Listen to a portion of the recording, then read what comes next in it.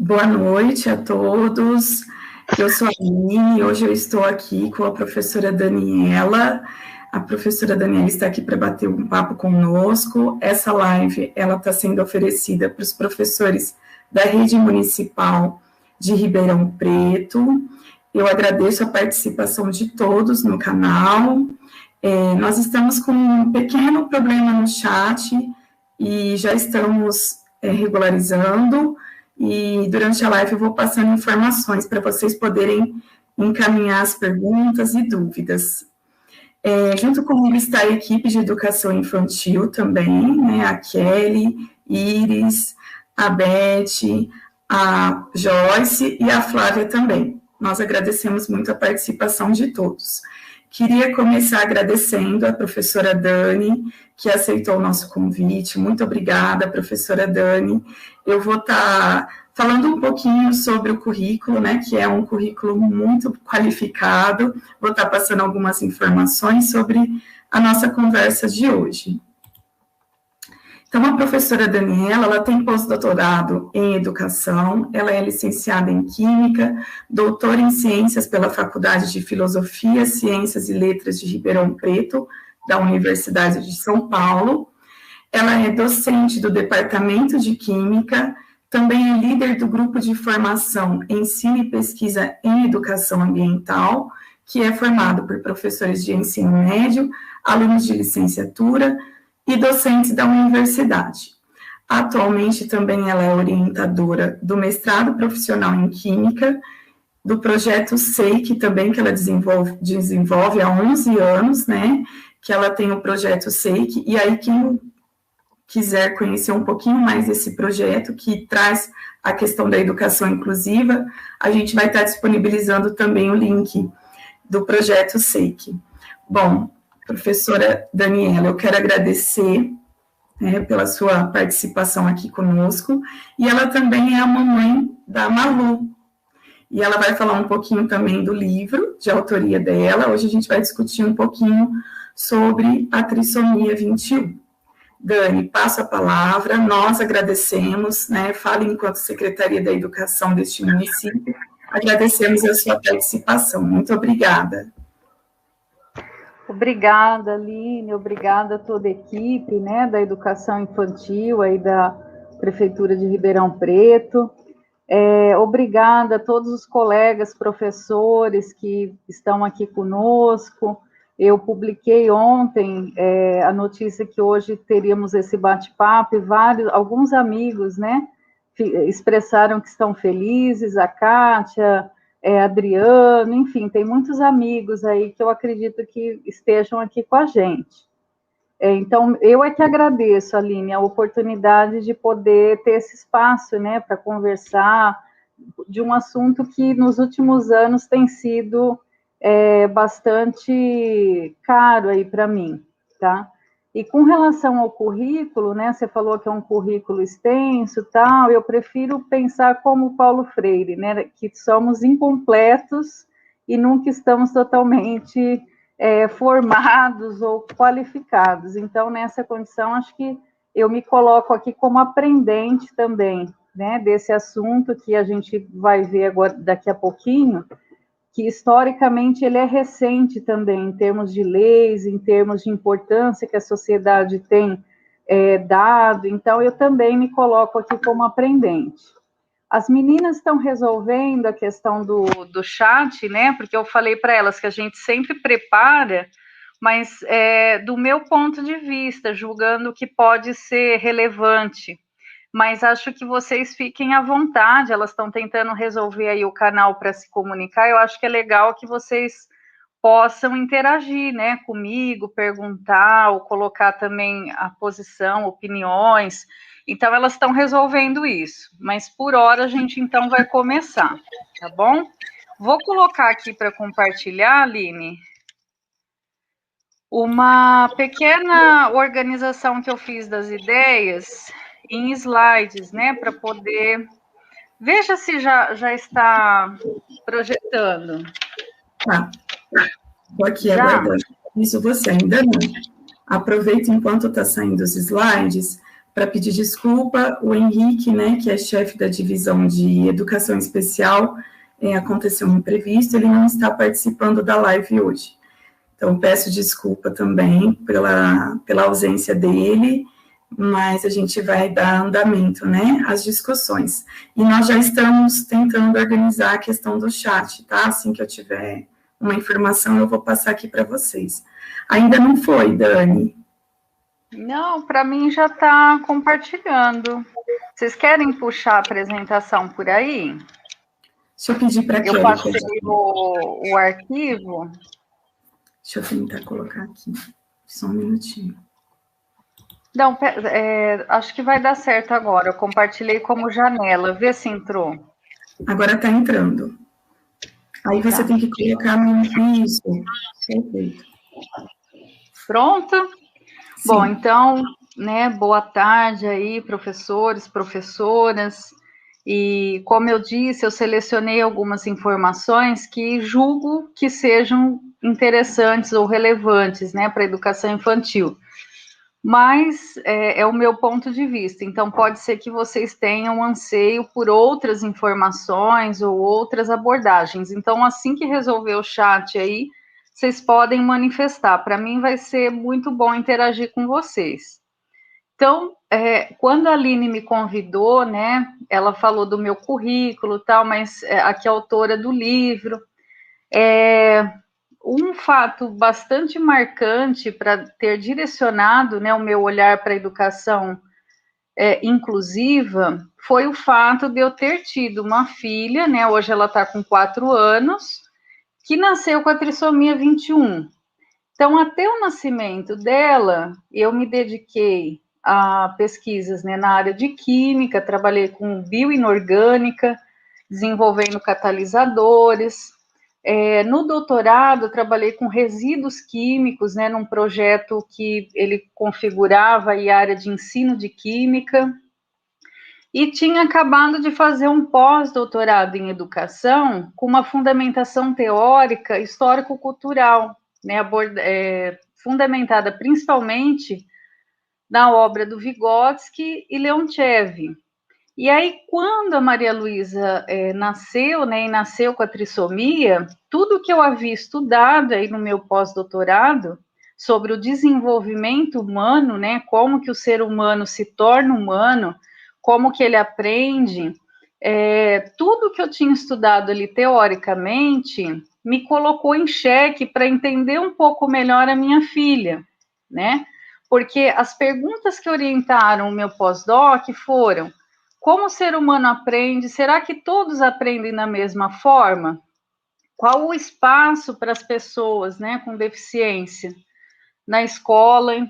Então, essas perguntas, elas ficaram muito intensas, né, na minha cabeça com a vinda dela, e foi a partir disso que eu comecei a mudar um pouco o olhar que eu tinha só para as questões ali de química, de ensino de química, para olhar também essa questão mais geral e pensar, eu queria responder, né, eu queria ter respostas para essas perguntas, porque eu queria criar condições para que a minha filha pudesse aprender, né? Então eu pensava assim, bom, eu tenho que descobrir como é que essa criança aprende.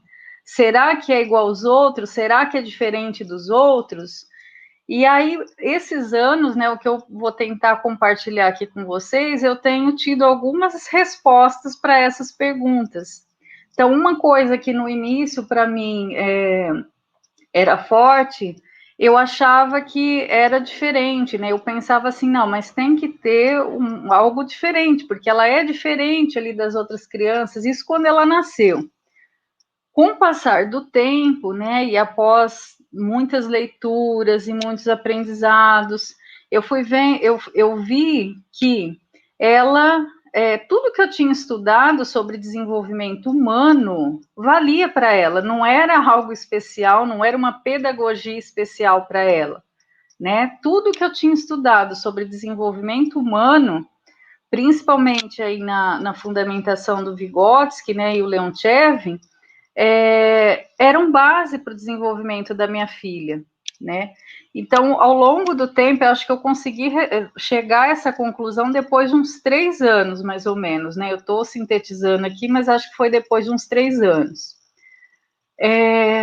A vinda dela fez com que eu desse um novo significado, né? Por que estudar ciência? O que é a ciência? Por que ensinar ciência, né, às crianças? Ela deu um outro significado para muitas coisas na minha vida e na minha parte profissional também, né? Porque sobre esse porquê ensinar ciência às crianças, né? Eu vi o quanto a educação científica ela é fundamental, porque, por exemplo, quando a minha filha nasceu, ela nasceu com questões cardíacas, né, pendente, como a maioria dos que nascem com a trissomia acabam apresentando aí problemas congênitos, né, de coração, e era uma série de medicamentos que eu precisava preparar, eu tinha que fazer soluções, eu tinha que fazer diluições em casa, eu recebi uma bula com uma série de substâncias químicas que eu tinha que conhecer, fora entender o que era trissomia, né? Porque tem todo uma explicação ali biológica, uma explicação também, se a gente for fazer uma retrospectiva histórico-social, também tem, né, essas particularidades. Então, quer dizer, ampliou, né? A Maria Luísa ampliou a minha concepção sobre tudo isso. Aqui está a foto dela, né? Eu comentei com a equipe. Falei, olha, se são professores, eles vão gostar de ver a foto da minha filha, né?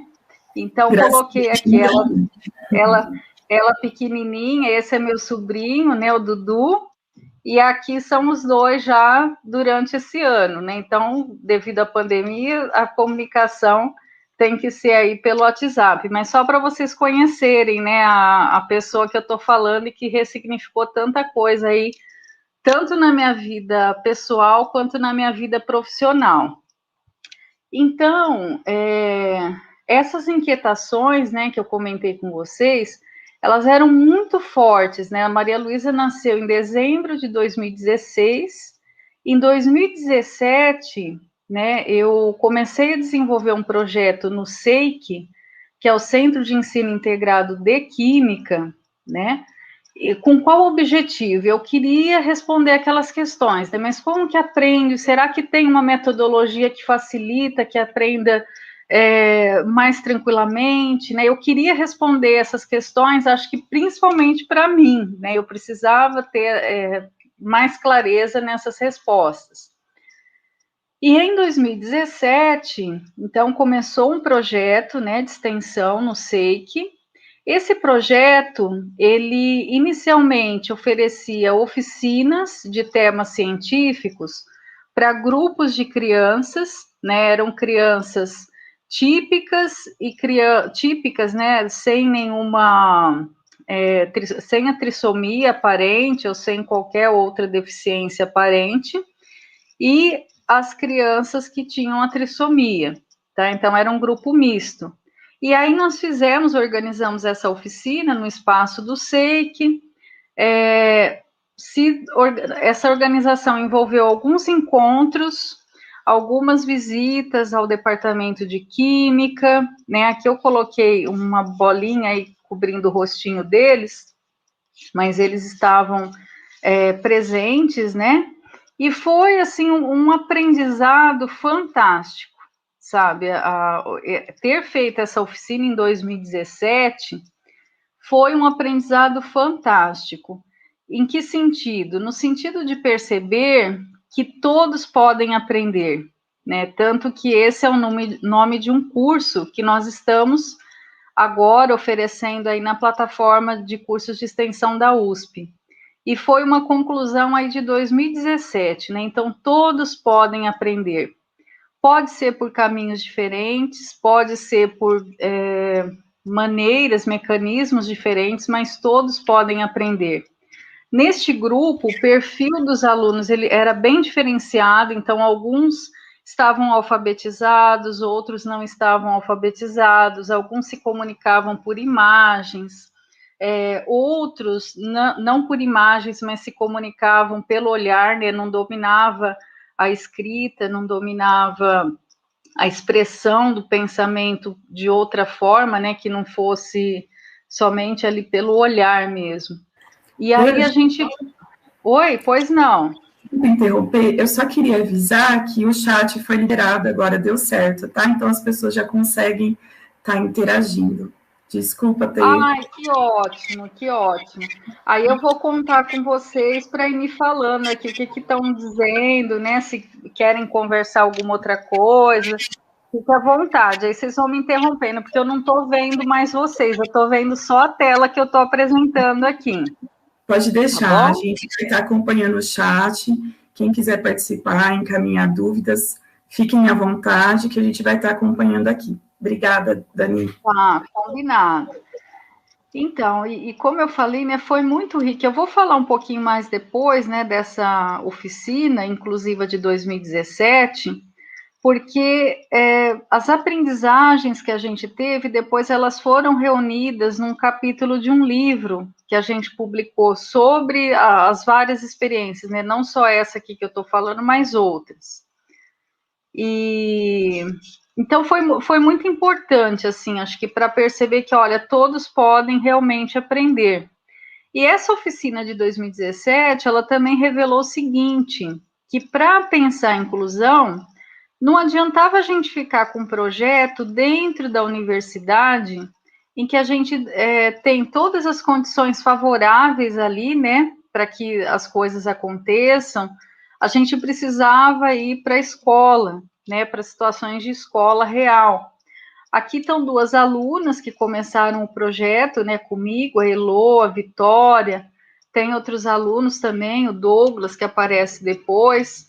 Mas o que é importante? A gente percebeu que precisava sair do espaço do SEIC, que era na universidade, para estar na escola. E foi em 2019 que a gente começou a nuclear, né, dentro do SEIC, um grupo de apoio a práticas pedagógicas inclusivas. Esse grupo começou comigo, né, pessoas ali da universidade, e foi agregando outros profissionais. Então, teve uma professora, a professora Mayra, foi fundamental, né, ela era professora das séries iniciais de uma escola estadual aqui de Ribeirão, e aí, por meio dela, outras pessoas também foram chegando, e esse grupo, periodicamente, era praticamente semanal, a gente se reunia para estudar, né, as salas, os casos de inclusão que existiam na escola, né, a escola, depois vocês vão ver a foto, e qual que era o que a gente, né, prezava aí nessa primeiro contato ali com a escola? Foi ficando claro para a gente que fazer inclusão não era só adaptar materiais. Um pesquisador que influenciou bastante a fundamentação da nossa prática foi o professor Meleiro, né? Não sei se vocês já ouviram falar, ele é um educador espanhol de Málaga, e ele que propôs o projeto Roma, né, um projeto que a base dele são as escolas democráticas. Ele, inicialmente, né, ele desenvolveu para a síndrome de Down, mas o projeto dele abrange todas as deficiências, né, quando fala de escola democrática.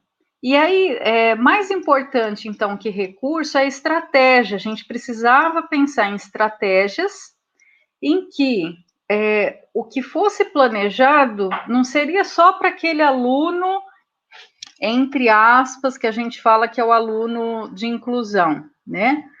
Não seria só para ele. A gente pensaria a sala, e para essa atividade ou essa estratégia da sala, a gente enxergaria este aluno no todo, né? É um aluno ali da turma. E aí nós pudemos ir vivenciando isso, né, nessa escola, com essas atividades constantes, né? Eu vou também detalhar mais à medida que a gente puder conversar mais. Fomos apresentando, né, os trabalhos, aí o grupo foi crescendo. nessa constituição de um grupo multiprofissional, então é o que eu falei, começou com a gente ali da química, de repente tinha TO, né, terapeuta ocupacional, tinha psicopedagoga, tinha pedagoga no grupo, tinham pessoas de creches, né? E aí foi crescendo, e foi muito legal esse crescimento deste grupo, né? A constituição e o crescimento, porque uma coisa que eu já tinha notado, até na escrita, né? O livro E Quando Chegou a Malu, eu escrevi ele em 2 anos, né? Foi nos 2 primeiros anos da Malu. E quando eu escrevi, eu pensei principalmente nas mães, né? Porque, como mãe, eu vi que muitas informações, elas estavam distribuídas em várias áreas. Então, tinha muita informação da área de saúde, tinha muita informação na área de educação, e eu sentia falta de ter isso reunido, né, que alguém me dissesse ali qual que era o caminho, porque você fica apanhando enquanto você não conhece qual é o caminho, né, a seguir com aquela criança que acabou de chegar ali no mundo. Então, eu comecei a escrever com essa intenção. E um dos últimos capítulos, né, depois vocês vão poder baixar o livro gratuitamente, eu deixei aí com a Aline, né, com a equipe, o site do Seik, para vocês, quem tiver interesse, baixar. Nos últimos capítulos, eu faço essa reflexão de que não é só a visão de saúde, né, a visão clínica, e não é só educação, né, é também o pilar social, o pilar dessa criança ter uma vida normal ali, ir em museu, ir no jardim, ter amigos, quer dizer, é um tripé. Se a gente, quando nasce, né, uma criança com síndrome de Down, ou imagino aí outras deficiências, a gente, como família, é muito influenciado pela visão clínica da deficiência. E, às vezes, essa visão clínica, ela também chega na escola. Qual que é a visão clínica? Que hoje ainda, né, eu acho que talvez ainda seja dominante. É aquela visão de que essa criança é doente.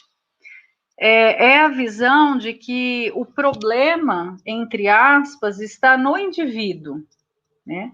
E com a minha caminhada, a minha jornada, né, e acho que uma grande sorte é a minha fundamentação teórica, né, se apoiar aí no Vygotsky, na perspectiva histórico-cultural, é que eu percebi que existe um modelo social da deficiência, aquele modelo que não considera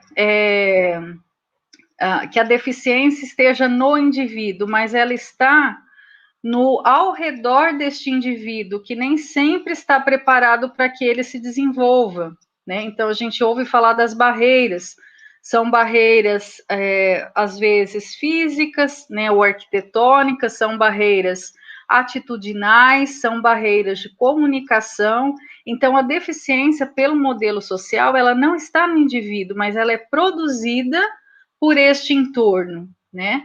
E aí, vendo, né, estudando isso e percebendo, por exemplo, nos capítulos lá do livro, depois vocês leiam, me dê o feedback, eu gosto de saber, né, o que as pessoas estão pensando. Oi? Só compartilhar que tem alguns comentários, né, falando que realmente percebem essas dificuldades, né, que a mãe não tem essas informações, então, que a mãe tem que buscar, né, muitas vezes, como você está falando, então tem alguns comentários aqui colocando, né, e também queria avisar que a gente vai colocar o link tanto do site do Seik, para vocês conhecerem o projeto, e também do livro que a professora Daniela disponibilizou. Obrigada. Obrigada, Aline. Então, pegando aí o que a colega, né, falou no chat, de fato, as mães, é difícil ter essa informação. E com o tempo, eu percebi o seguinte também, que não dá para julgar, né? Por que não dá para julgar? Talvez eu tenha essas informações pela minha formação e porque isso faz parte do meu trabalho, né? Uma criança que tem alguma deficiência, ela tem uma rotina muito diferente das outras crianças, né? Eu ia comentar isso mais para frente, mas vou já falar aqui, né? A deixa, já vou aproveitar a deixa. É muito diferente, né? Porque, por exemplo, se a criança sem deficiência, ela está engatinhando, de repente ela fica em pé e anda, a criança com deficiência, no caso da trissomia, por exemplo, ela precisa de estímulo. Então, por exemplo, a minha filha, ela faz fisioterapia desde 1 mês de idade. Vocês imaginam isso? Desde 1 mês de idade? Faz físio, faz fono e faz terapia ocupacional, né? Ela tem uma agenda concorrida, assim, muito... É difícil achar um horário na agenda dela. E aí, o que que acontece? A gente, como mãe, é exaustivo, né? Você levar aqui, trazer ali e ter que dar conta do trabalho. E tem um fator, gente, que é muito sério, né? Eu sempre falo isso quando eu vou conversar com os professores, que é o seguinte: o Vygotsky, né, estava dizendo do modelo social aí da deficiência, mas o indivíduo, ele se desenvolver ou não, vai depender muito deste olhar da família e este olhar de nós, educadores, para com ele, tá? Porque se a gente não acreditar que ele pode se desenvolver, que todos podem aprender, nada vai acontecer, né? Eu lembro que no primeiro ano da Malu, eu fui procurar um geneticista em São Paulo, Dr. Zan Mustak, muito, vocês talvez até conheçam ele de nome, ele tem um livro também muito interessante, ele fala de nutrição e educação, né, na trissomia 21. E ele fala que o desenvolver depende das oportunidades que esse indivíduo vai ter ao longo da vida. E quem é que dá esta oportunidade? Né? É a família e a escola. E a família, pegando o gancho também do que a colega, né, falou, vive um período de luto quando recebe uma criança com deficiência. Isso eu descrevi no livro também, né? Eu fiquei pensando, põe, não põe, mas falei, bom, se é para as mães também passam por isso, então eu acho importante dizer, porque quando nasce uma criança com alguma deficiência, pode não ser a trissomia, pode ser qualquer outra, né, deficiência, você, como mãe, como pai, você tem que abrir mão do que você idealizou como um filho. E esse processo, ele é dolorido, porque é como se você tivesse que sepultar um filho ideal para receber um filho real, tá? Esse processo, ele é dolorido. No meu caso, se vocês lerem, acho que vocês vão, quem não leu vai ficar curioso, né, para ler o livro.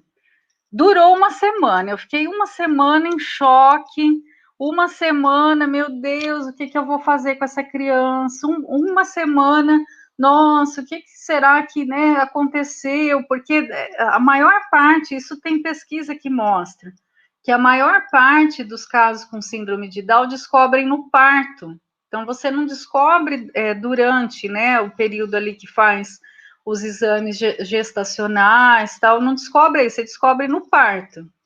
E no caso da Maria Luísa, além de ter sido no parto, então veio junto a notícia da síndrome e a notícia que ela tinha um problema seríssimo cardíaco e que em 5 meses ela precisava engordar para fazer uma operação cardíaca seríssima. Então foi uma cajadada assim na minha cabeça, né? Porque eu não sabia o que era pior naquele momento na minha cabeça, sendo bem sincera com vocês. Então, isso que a professora, né, que está aí nos assistindo falou é muito verdade, mas eu estou dizendo isso para vocês olharem para essas crianças, né, que estão lá na educação infantil e há pouco tempo conquistaram o direito de estar na sala de aula regular, porque, como eu falei, isso é muito recente, né, em termos de lei, em termos da sociedade enxergar dessa forma, olhar e enxergar uma história, né, enxergar o quanto essa criança, às vezes, não é aceita nem mesmo pela família, o quanto às vezes essa criança é subestimada, sabe? O quanto às vezes a essa criança não são dadas oportunidades, porque predominam a visão de que são doentes, né? Então, isso eu não lembro se eu coloquei isso lá no livro, mas eu lembro que fazendo o estágio, fala ali, só vou concluir essa parte aí que você me fala. Mas fazendo o estágio, né, numa escola de educação infantil, eu lembro que quando eu estava trabalhando, né, tentando auxiliar, muito humildemente, porque, né, nunca tinha trabalhado ali com a educação infantil, uma criança que estava sendo alfabetizada, eu lembro que tinha uma menininha que falava assim para mim: ô tia, ele não aprende. Ô tia, ele não aprende, não adianta isso que você está fazendo com ele. Uma criança, né? Ela devia ter o quê? Uns 5, 6 aninhos, no máximo. Então, é o olhar, né? Mas fala, Aline. Eu só queria colocar aqui, tem bastante elogios aqui, o pessoal está gostando bastante. Perguntaram se tem algum grupo também de mães, exclusivo para as mães, se você tiver algum grupo para estar depois comentando também. E aí eu só queria fazer uma colocação, né, enquanto professores, a gente percebe essa questão do luto que a família passa, é muito perceptível, né? Principalmente na educação infantil. A gente percebe que para algumas famílias, né, como você falou, como tem uma questão da espera, né, da criança perfeita, né, então, assim, esse luto muitas vezes demora, né, um tempo bem maior, o que dificulta, né, a começar esses estímulos logo cedo, como você começou com a Malu.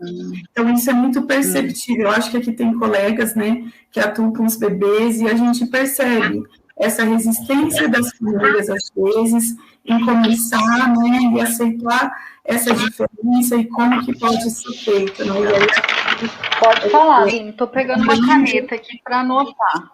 Demorando um pouco mais para começar os estímulos, né? Então, como você falou, achei bastante interessante que você começou desde cedo com a Malu, e isso foi fundamental para o desenvolvimento dela. Então, talvez mais informações, né, trazer mais esclarecimentos, né, não só para os professores, mas também para a comunidade escolar, né? Então, acho que isso sempre contribui. Mas era só isso. Obrigada, viu, Dani? Não, vocês vão me interrompendo aqui, porque assim, eu vou, né, é o que eu falei, eu selecionei o que eu julgo relevante, mas com certeza vocês dando aí um direcionamento ou me perguntando alguma coisa, eu vou, posso falar coisas mais de acordo com que vocês talvez tenham interesse. Essa questão do luto, Aline, ela dura um tempo, né? É o que eu falei, né? E hoje eu entendo, né, esse cansaço, principalmente das mães. Essa questão do estímulo, né? Tem a resistência e tem uma coisa também que é o seguinte, a questão financeira, tá? Porque por mais que existam opções de atendimento, por exemplo, a Maria Luísa teve atendimento também, né, em órgãos públicos, só que era uma vez na semana, um tempo curto. E a demanda é muito grande, né? Os profissionais que atendem as famílias do município, aqui da cidade, é uma demanda muito grande. Então, eles orientam os pais para que continue esses estímulos em casa.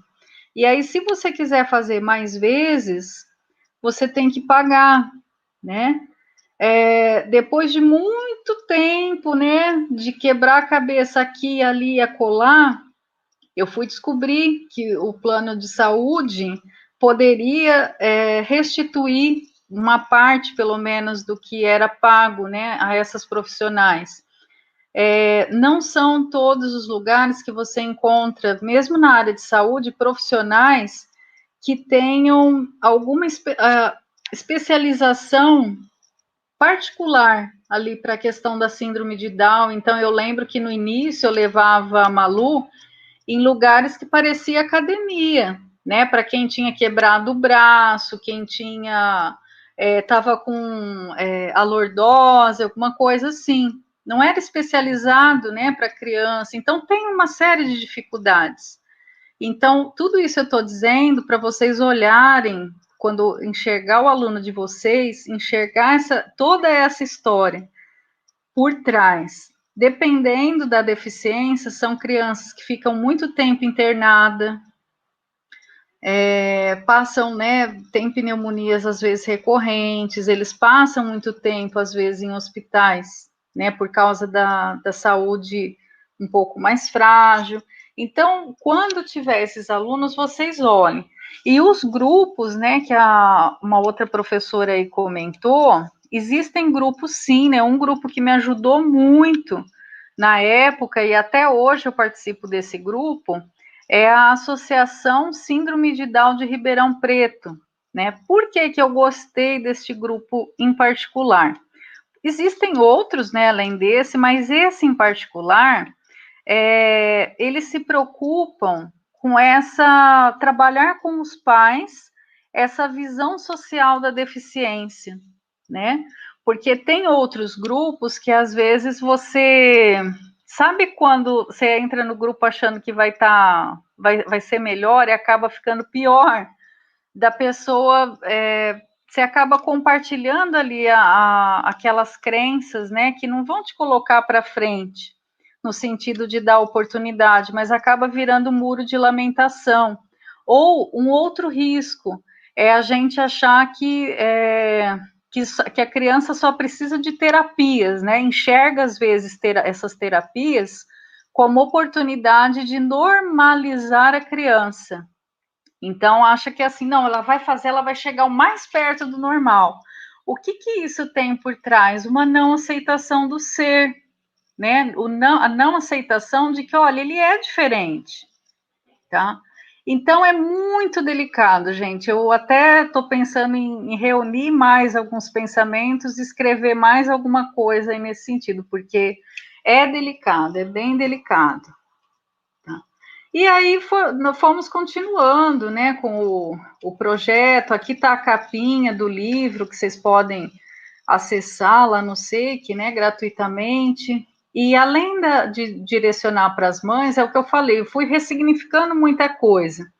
Então, um dos capítulos eu falei que a forma de nomear, ela é importante para a gente pensar o preconceito, porque se pegar, por exemplo, os livros de biologia, até pouco tempo, como que eles tratavam as síndromes? Como aberrações cromossômicas. Quer dizer, essa forma de nomear, de definir, né, um conceito, perpetua o preconceito. Porque imagina uma criança ou um adolescente que está estudando isso, ele vai olhar para alguém que tem a síndrome e vocês conhecem como que é adolescente, né? Para pôr apelido um no outro. Ah, esse aí é uma aberração. Então tem um capítulo que, né, eu pensei nisso ali na época.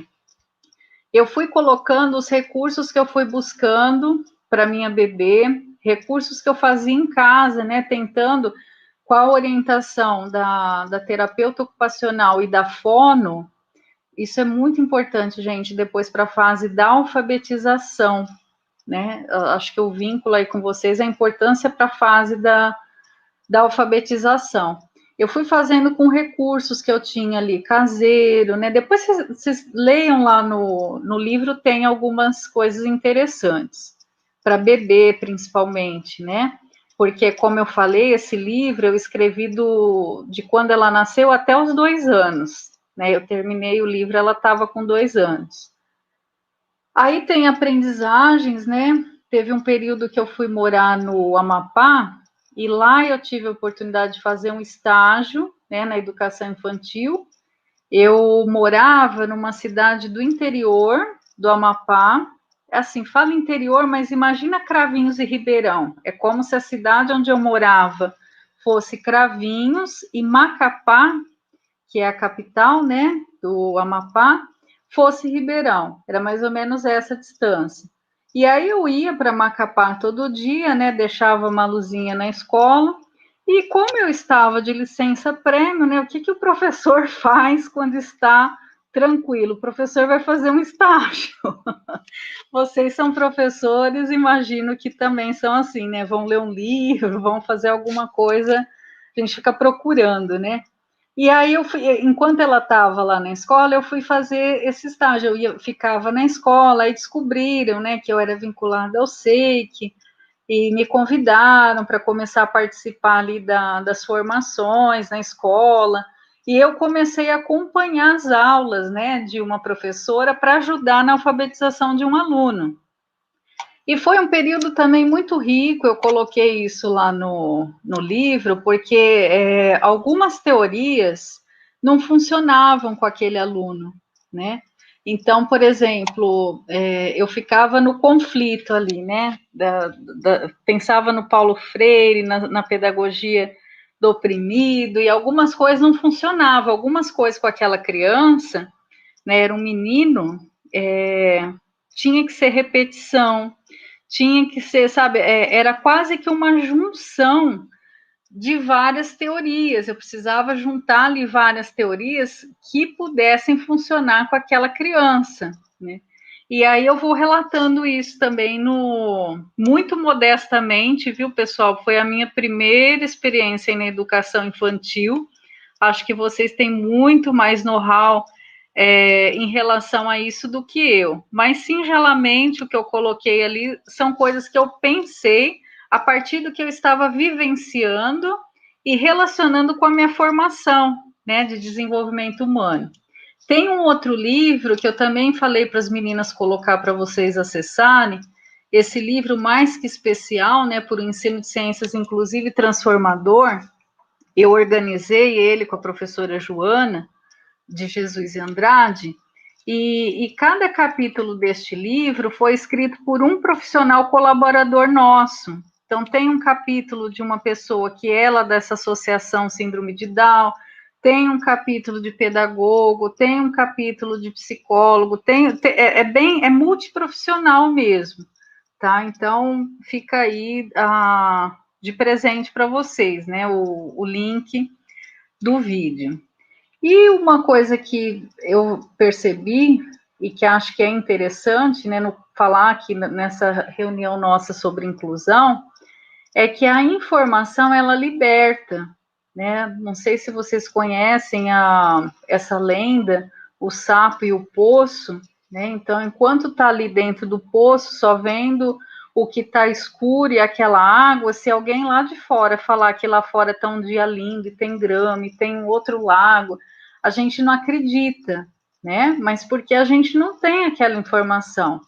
E o mesmo aconteceu com a questão do luto que eu estava dizendo para vocês, porque como que eu saí dessa condição, né, de ficar ali, né, lamentando? Foi a partir do momento que eu comecei a enxergar opções. Eu fui atrás de informações para ver que, olha, é possível, né? É possível que se desenvolva, que tenha uma vida autônoma. Não é ela que precisa se moldar ao mundo, a gente precisa transformar o mundo para que ela tenha o espaço dela nesse mundo. Então, o sapo e o poço é uma historinha bem legal, né? E a informação é tudo, né, gente? É a informação que faz a gente vislumbrar outras coisas.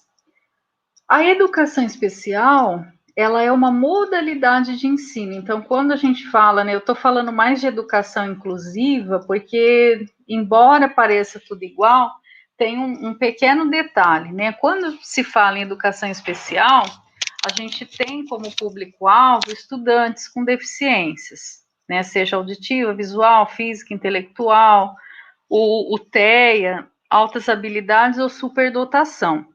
A educação inclusiva, ela é para todos, tá? Não é só para quem tem alguma deficiência ou superdotação, ela é para qualquer aluno que precise de uma atenção especial para que tenha acesso ao conhecimento. Então, essa é a perspectiva inclusiva, né, da educação. Então, o projeto que eu comentei para vocês diz respeito a essa educação inclusiva.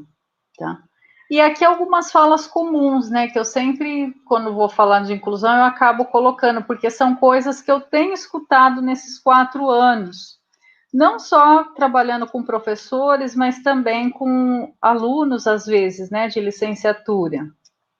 a falar assim, ah, mas quando eu estudei não me ensinaram a lidar com alunos com deficiência. Não ensinaram, né? A gente, aquilo que eu falei no início, segundo Paulo Freire, a gente vai ser incompleto a vida inteira, né? A incompletude é uma característica humana. Então, pode, e não tem graduação que fala assim, olha, agora ele está 100% pronto, né? Não existe isso, nenhuma graduação daria conta desse profissional 100% sempre pronto para tudo, né? Outra fala, que essa eu aprendi com um professor, né, de física, ele falou, e eu achei muito interessante, uma fala que ele estava compartilhando, né, sobre educação inclusiva, e ele falou, olha, não se trata de ter, vamos supor, 30 alunos e um aluno diferente. Eu tenho 31 alunos e os 31 são diferentes. Os seres humanos são diferentes, não tem um que seja igual ao outro, né? Então, não é pensar, a gente olha e faz um plano, um diagnóstico, né, para este aluno, e não só para ele, para outros também, para mapear quais seriam os caminhos de aprendizagem que funcionariam melhor para ele, mas sempre pensando ele na turma, né? Mas não é só pensar ele separado, isso não seria inclusão, né? Teria que pensar ele ali no todo, junto com os outros. Uma frase triste, né? Eu acho triste. Eu vou pôr um vídeo daqui a pouco para vocês e vocês vão entender por que eu acho triste essa frase, né? Ah, os alunos com deficiência têm que ir para uma escola diferente só para eles, né? A gente está cansado de ler estudos de neurociências, principalmente, mostrando que o fato de estar em sala de aula regular é fundamental não apenas para o desenvolvimento da criança com deficiência, mas para os outros também, né? O Meleiro, aquele educador espanhol, ele fala muito isso, né? Que você ter o aluno com deficiência na sala de aula regular é dar oportunidade para os outros de não olhar só o umbigo, de conviver com o que é diferente, de perceber que as pessoas são diferentes, têm diferentes necessidades, quer dizer, é construir uma sociedade talvez um pouco diferente, né, do que a gente tem hoje. Ou então aquelas frases, né, que às vezes a família, ou mesmo o professor, com o tempo a criança aprende, né, é o tempo, tudo no tempo da criança. Quer dizer, que tempo que é esse, gente? Se nós somos profissionais da educação, nós temos que ter planejamento sobre o desenvolvimento dessa criança, né? O que vai acontecer na fase 1, o que vai acontecer nessa semana, qual que vai ser a sequência. O tempo, ele não vai fazer nada sem planejamento. Ou ainda aquela frase, né? Ah, mas já vai para a escola para socializar, né? Já é suficiente. São aqueles casos que, abraça todo mundo e beija. Quer dizer, por que abraça todo mundo e beija todo mundo? Né? Por que a gente trata diferente isso, né? Outro dia, conversando com o pai, ele me falou que a pessoa que ficava na entrada da escola recebia todo mundo, né, bom dia, tal, e com o filho dele queria que abraçasse ou que desse beijo. Eu falei, pera um pouco, mas por que isso, né? Então, não é só para socializar, não, né? É para ter acesso ao conhecimento, é para aprender a ler e escrever, é para aprender, como fala, ter acesso aos conhecimentos, né, que sejam importantes para ele ali se virar como pessoa no mundo, né, como cidadão. Então, são coisas que a gente ouve e precisa estar sempre refletindo, né, qual que é o fundo de verdade de tudo isso. E aqui tem duas imagens que eu acho muito legais, que mostram, né, aqui no primeira imagem, olha, os três, então, eles são diferentes e a gente dá a mesma oportunidade, tá? Só que se eu não olho para as particularidades de cada um, eu não percebo que esse daqui, para ter acesso ao jogo, então vamos fazer uma analogia aqui do jogo como sendo a aula, né, o acesso ao conhecimento, eu não coloco um caixotinho para ele. Né? Então, quando eu olho e reconheço, olha, eles são iguais e todos têm que ter acesso a esse conhecimento. E esse menorzinho, para ter acesso, ele precisa de 2 ao invés de 1. Quando eu faço isso, a gente está promovendo a equidade, né, na escola e nas situações aí de aprendizagem. Essa pergunta eu sempre faço, eu não estou vendo vocês, né? Estou só sentindo aqui a energia boa de vocês aí do outro lado. Quando está presencial, eu gosto de olhar, ver se são mais ou menos da minha idade, ou se tem pessoas mais velhas, e aí eu faço essa pergunta. Agora, como eu não estou vendo vocês, eu vou supor, tá? A resposta. Então, quem que se lembra, né, de algum coleguinha com algum tipo de deficiência nas salas que frequentou durante a formação escolar? Se a pessoa é mais jovem, né, talvez se lembre. Essa pergunta, quando eu fiz, a primeira que responde as perguntas que eu faço sou eu, né? Eu gosto de responder. E eu não tenho muita memória, né? Quando o pessoal que está aí, eu sei que tem um pessoal, talvez, de Cravinhos, que trabalha aqui também em Ribeirão, a gente não tinha muito claro na escola que situações que eram essas. Por exemplo, eu lembro de 1 ou 2 alunos que eram um pouco diferentes dos outros, eles tiravam nota baixa, eles eram meio que classificados, né? As crianças também são bem cruéis, são burros, né? Porque sempre tirava nota ruim, mas ninguém falava, a gente não era algo velado, não se falava qual que era a questão, né? O que estava acontecendo. Então é muito recente.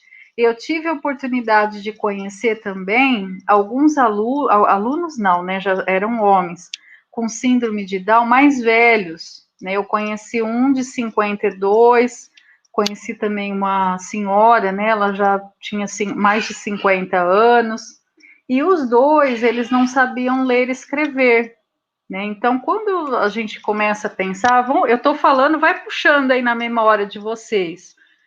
Geralmente, o que se fazia com essas pessoas? Ficavam trancadas em casa, a escola não era o lugar para essas crianças, né? E quando iam para a escola, infelizmente, eu acho que hoje, pelo que eu tenho observado, talvez ainda exista essa situação, o que se faz é querer colocar num grupo separado, né? Ou uma sala, põe nessa sala todos esses aí, né? Já que eles não vão aprender, eles vão atrapalhar os outros, né? Então, com certeza, vocês espero que não seja essa fala de vocês, mas eu já ouvi, né, pessoas falando desse tipo de pensamento aí, de colocar separado, né, olha, não é lugar, tem que ver para ir para pai, ou tem que ver para ir para alguma escola só para eles, né, e isso hoje é um grande problema, né, diria que erro. Eu vou colocar um vídeo para vocês, que vocês vão entender por que eu considero isso como um erro. O vídeo, inclusive, depois vocês podem assistir inteiro, né? Eu pedi para as meninas passarem, chama Do Luto à Luta. E o trechinho que eu vou passar para vocês é da Jo Clemente, ela é fundadora da PAI, né? Então ela, há anos atrás, décadas atrás, né, merece todo o nosso respeito, porque foi uma pessoa muito importante para a criação da PAI, para dar foco, né, dar luz para essa questão. Mas olha o que ela fala hoje. Eu vou parar aqui e vou pedir para colocarem um vídeo. Ô, Daniela, vocês conseguem? Conseguimos sim. Antes de colocar o vídeo, eu só queria te dar uma devolutiva do chat. A maioria das respostas foram não. As pessoas não se lembram de ter pessoas na turma, né, na sala. Então, a maioria respondeu que não. E também, assim, estão agradecendo muito as suas falas, a sua sensibilidade, né, em trazer essa questão, tantas questões, né, para a gente pensar junto e refletir o quanto é importante pensar que a deficiência, ela não é individual, mas sim, muitas vezes ela está no social, né? Então, é no olhar do outro, é no ambiente, né? E a escola também com essa função, né, de ser inclusiva, de tornar realmente essa inclusão possível, né, e tornar isso possível para a criança, principalmente, né, então, estão agradecendo muito, falaram que gostariam de ter outros encontros, só te dando uma devolutiva, tá bom? É só me chamar, porque não vai esgotar, como é um assunto que eu gosto muito, não vai esgotar o tempo, né, que a gente tem, mas se tiver outra oportunidade, eu venho para a gente falar mais, porque eu não quero trazer só uma visão teórica, né? Eu estou aqui como educadora, mas como mãe, então eu vivo os dois lados, né? E eu quero compartilhar com vocês. Então, se tiver outra oportunidade, eu venho com certeza, Aline. Mas vamos assistir a Jo Clemente. Vocês vão ouvir o que a fundadora da APAE fala nesse vídeo. E que eu assisti esse vídeo em março de 2017. Minha filha estava com 4 meses quando eu assisti esse vídeo. E foi uma injeção de ânimo. Assim, eu falei, não, se ela está falando isso, é isso que eu quero para minha filha. Então, coloca lá, Aline, por favor.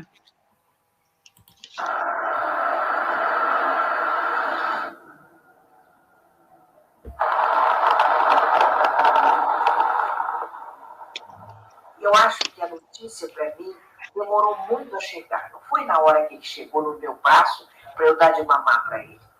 Quando você soube?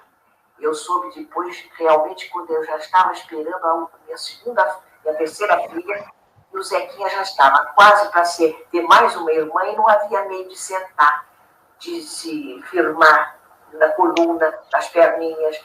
E o meu marido já sabia desde o dia do nascimento, mas ocultou, achando que eu, como mãe, eu ia perceber devagarzinho a própria deficiência do meu filho. Quando eu fui ao médico, eu fui por causa da coluninha dele para saber por que ele não senta ainda.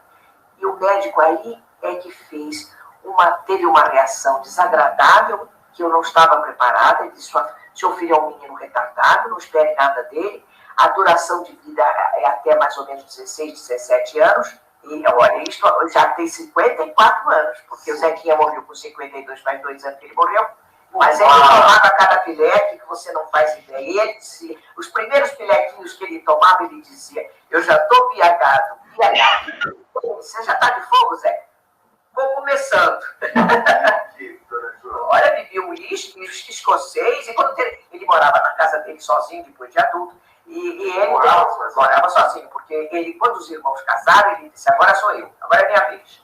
Eu falei, arranja namorada e vamos em frente. E comprei uma casa para ele e treinei para ele viver sozinho. Ele tomava conta da casa, pedia para fazer pudim, gelatina, fumava. Ele tinha uma vida extraordinariamente alegre. De maneira que, às vezes, eu viajava, estava fora de São Paulo, e telefonava para meus amigos e dizia, aqui é o Zequinha, está faltando um uísque para mim. A minha mãe não deixou uísque suficiente.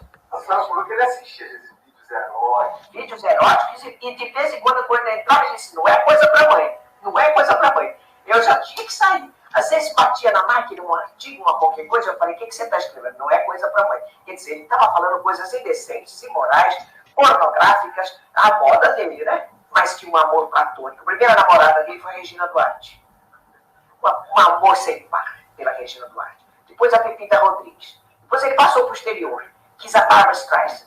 Eu escrevi para a Barbra Streisand e ela mandou um retrato dela autografado para ele. Mas ele entrou em delírio de felicidade. Como que a senhora promoveu o encontro dele com a Pepita Rodrigues? Como é que foi? Foi muito engraçado, porque a única que me deu confiança para isso foi a Pepita Rodrigues. Aí, quando ele chegou, eu disse, Pepita, agora você faz uma cena, vai pro quarto dele, deita na cama dele. A Pepita era muito engraçada, muito jovem, ela estava de calça comprida, levantou as pernas. O Zeca ficou doido, enlouquecido. Então, ele ficou muito grato, ele disse, mas a vida é 100%, mãe, desse jeito vai. Eu sempre digo aqui pro pessoal da PAI, se o Zequinha tivesse pequenininho hoje, eu jamais poria o Zequinha na PAI.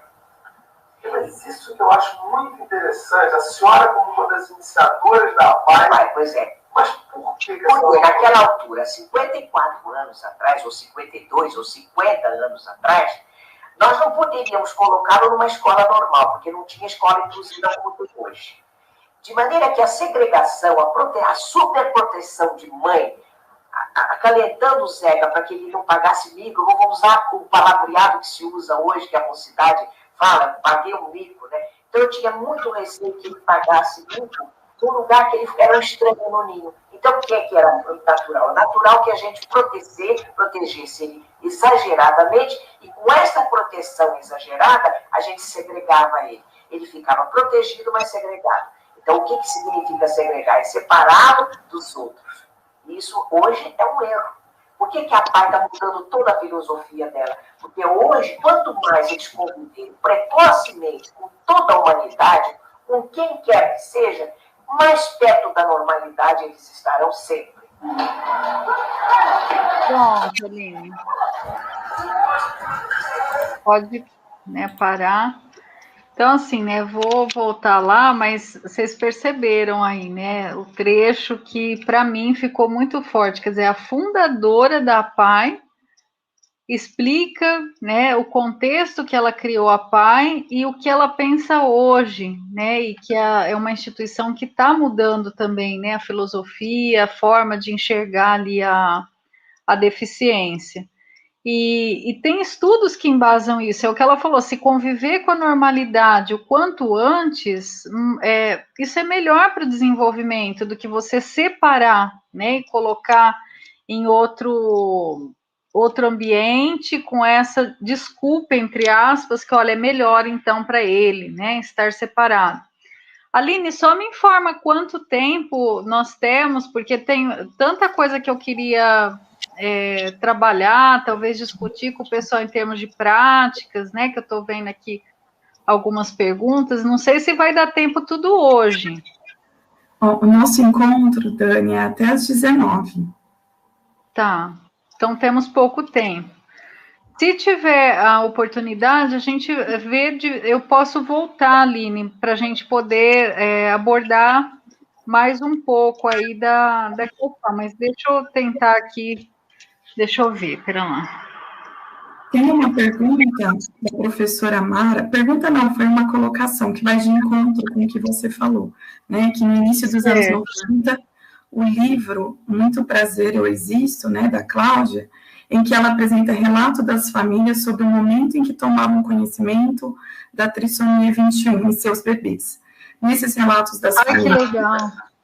Nesses relatos das famílias, destacavam-se as falas fatalistas dos médicos em relação às possibilidades de aprendizagem e desenvolvimento dessas crianças.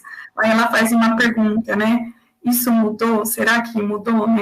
Uma reflexão.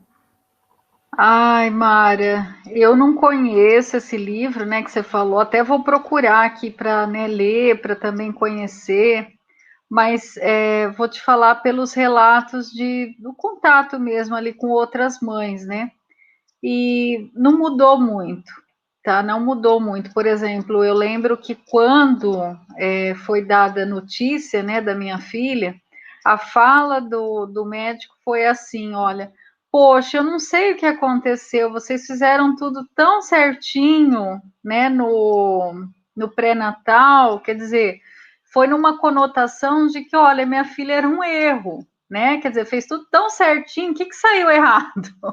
Então, não mudou, infelizmente.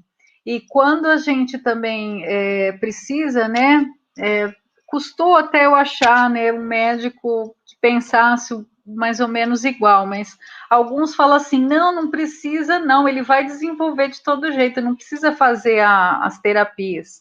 Então, tem casos assim também, Mara.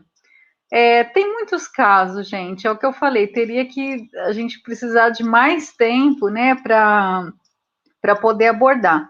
Eu vou tentar cobrir o que me perguntaram ali no chat. Eu teria ainda muito mais coisa, olha, para discutir, para apresentar para vocês, mas eu vou sair aqui da tela, tá? E se tiver essa oportunidade, eu volto, para a gente poder ajudar, sabe, Aline? Da gente pegar os casos, porque como que aquele grupo funciona hoje, A gente tem os estudos de caso. O que são esses estudos de caso? Então, a gente, junto com o professor, a gente tenta mapear essa sala e este indivíduo, e dar apoio, né, para o professor, para a gente pensar as estratégias inclusivas. Então, eu ia, agora, continuando, se tivesse muito mais tempo, mostrar para vocês como que a gente fez isso na etapa de alfabetizar, né, eu ia mostrar mais isso, não do livro, são coisas de outros projetos, né, que aconteceram depois. Agora, em termos de pedagogia... Oi, Aline. A gente pode combinar sim. O pessoal está falando assim que seria muito bom ter um segundo encontro, porque a gente pode discutir essa parte mais pedagógica, né? Então, acho que seria muito legal. A gente vai combinar sim, Dani. E já agradeço a sua disposição. A gente pode fazer tipo estudo de caso mesmo, sabe? Pegar casos reais para a gente vir e ajudar.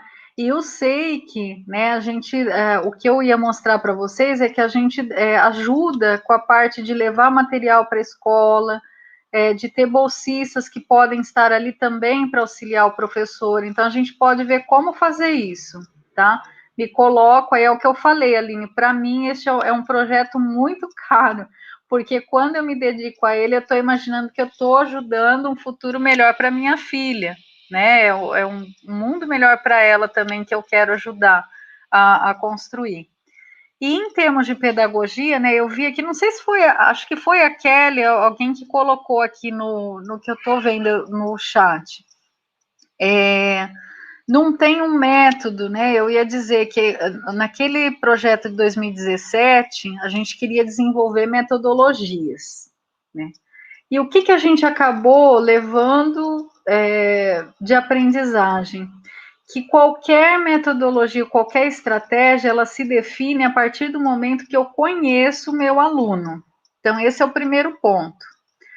Nas oficinas temáticas, lá em 2017, os meus alunos, né, os estagiários, eles começaram a preparar atividades com que funcionava para outros alunos. Então, olha, professora, vamos colocar o vídeo, a imagem, e vamos levar no corredor, e vai para a tabela, e tudo, né, aquela coisa que chama a atenção dos outros alunos. Só que com a criança com a síndrome de Down, isso olhando esta deficiência, se fosse para o aluno com surdez é outra coisa, para o aluno com deficiência visual é outra coisa, né, é olhar o indivíduo. O que a gente viu? No caso da síndrome de Down, a atenção, que é fundamental, né, para a cognição, para que ocorra a aprendizagem, ela é mais reduzida. Então, não é um aluno que você vai conseguir que ele preste atenção muito tempo. Então, tem que ser atividades mais curtas. Nada impede, né, que se trabalhe também o abstrato, mas sempre o começar pelo concreto, né, porque eles têm mais facilidade ali pelo concreto.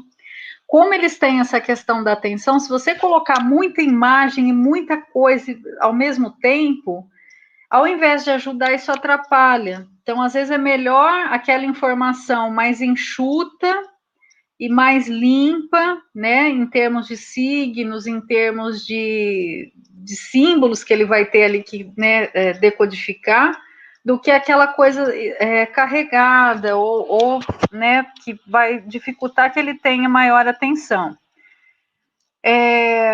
A avaliação tem que ser coerente com isso, né, coerente com o perfil deste aluno. Então, por exemplo, a gente estava trabalhando temas de ciências, era sobre a água, o ciclo da água na natureza. E as primeiras vezes, os meus alunos queriam fazer a mesma avaliação que fariam com os alunos típicos. Só que não funcionava. Então, eles começaram a adotar na avaliação mais a questão das imagens, o associar a imagem com uma palavra.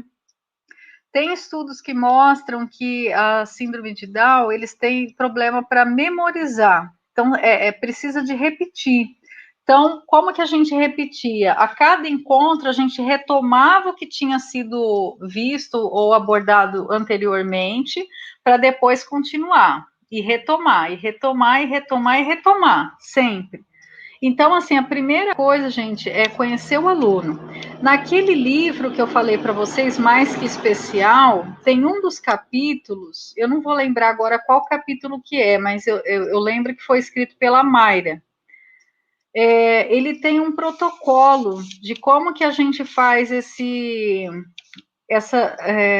não é análise, mas esse mapeamento, né, do indivíduo, das necessidades dele, para poder fazer um planejamento em termos de pensar habilidades de matemática, habilidades de linguagem, habilidades de ciências. Então, lá ela codifica um pouco melhor isso, tá?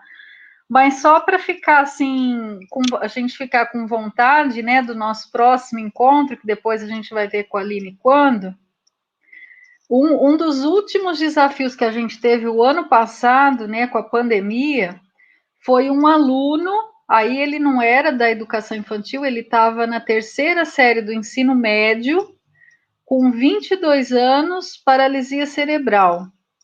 E aí foi feito todo um trabalho com o coletivo, né? O coletivo é muito importante, né? A coordenação ali com o grupo, os professores, porque aí é importante. Nessa hora que a gente, né? Eu queria muito falar um pouco mais desse caso, mas acho que não vai dar tempo. Apesar de estar no ensino médio, o estudo que a gente fez e a intervenção que a gente fez para ajudar, lá no caso deste aluno, teve que ter aquele olhar horizontal para além de ensino médio. A gente tinha que olhar lá nas séries iniciais do fundamental, educação infantil, o que daquelas habilidades que vinham antes era fundamental que este menino saísse da escola dominando, né, para poder pegar um ônibus, para poder fazer um troco. Então, é um caso muito interessante. Esse foi o nosso desafio, porque foi online, a gente conseguiu ir, apesar da restrição, fomos até a escola o ano passado, em algumas situações, só com este aluno e a professora e a coordenadora. Então, é assim, é um trabalho que não podemos desistir, né, meus companheiros professores e professoras. Mas acho que vai ter que ficar para conversar mais depois, né, Aline? O professor gosta de falar, acho que eu não falei um terço aqui do que eu tinha planejado, gente. Os professores gostaram muito, né? Pediram também, assim, sugestões de vivências, né, para a educação infantil, para a prática na educação infantil. Eu acho que a gente pode combinar, sim, no próximo encontro, né, para a gente ir trazendo essas questões. Mas eu quero agradecer as suas reflexões, a sua sensibilidade em estar compartilhando, né, toda a sua trajetória, a história da Malu nos deixou muito sensibilizado. Foi muito bom as reflexões, a gente gostou muito, viu? Muito obrigada. Agradeço também a todos os professores que nos acompanharam, a toda a equipe, né, da secretaria que também está aqui, dando suporte técnico. Então, muito obrigada. Uma boa noite a todos. Dani, muito obrigada. Gente, muito obrigada. Agora que eu estou vendo aqui, acho que eu estava no lugar do chat errado, eu estava no chat privado, mas no próximo estarei. Eu anotei aqui uma sugestão de talvez o próximo a gente pensar em vivências de práticas, né, na educação infantil, pensando nessas crianças, se tiver como levantar, por exemplo, a idade ou as situações, o que conhecer, a gente precisa conhecer um pouco melhor os alunos de vocês, para aí sim fazer esse planejamento e essas vivências, tá? Mas eu espero encontrar vocês de novo. É o que eu falei, é um tema muito caro para mim, e o que eu puder ajudar, eu estou à disposição, tá bom? Muito obrigada, viu? Boa noite a todos. Obrigada a todos que participaram. Boa noite.